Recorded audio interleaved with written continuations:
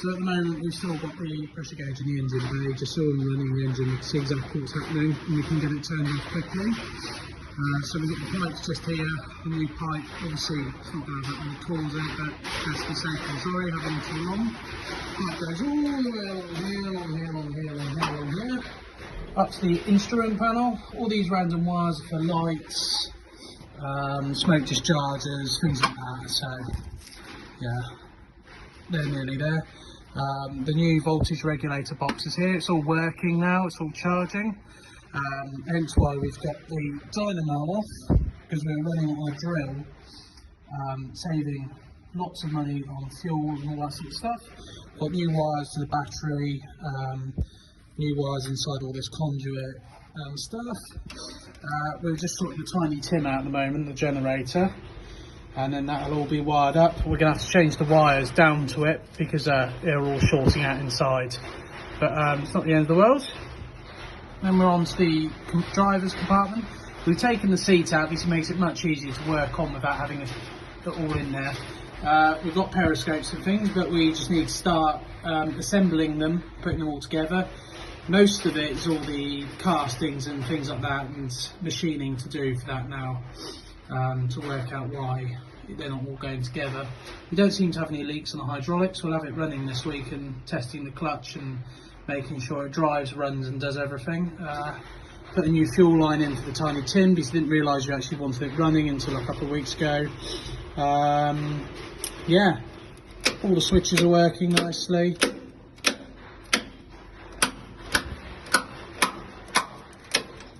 Then you've got your main switch down here. Yeah, that all seems good. All the internal stowage is in, ready to go. Excuse the tools on top of it, we've been working on it today. This one's all in, ready to go as well. It slides nicely, and so there's this one. This box needs a little bit of fiddling just to get the doors closed properly. So it just doesn't quite close properly, which I'm not too amused with, but it's not the end of the world. And we got the Beezer stowage box just here, nice leather strap on it. And then we're coming around to all the fuel taps and things like that, and then we're going to put a fuel pump in, the electric fuel pump. We're not going to have the turret working on the hydraulics, but it's nice to have all the systems in that all looks correct. And then we're going down to all the magneto bits and stop switches and test switches, and that should all be done in the next couple of days as well.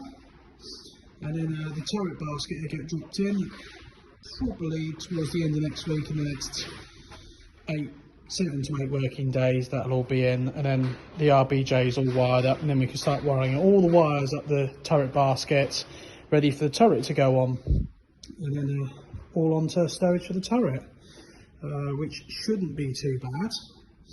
The engine bay is all good, so we've got all the fire control sensors, everything like that in. I'm not quite sure if they're working yet, but hopefully.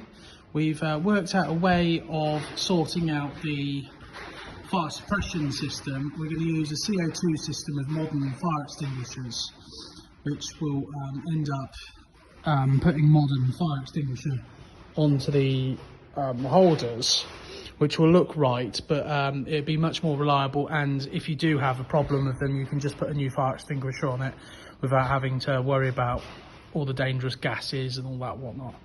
So yeah, that's all that. Just climb out. We don't seem to have any oil leaks now. Here's the turret baskets.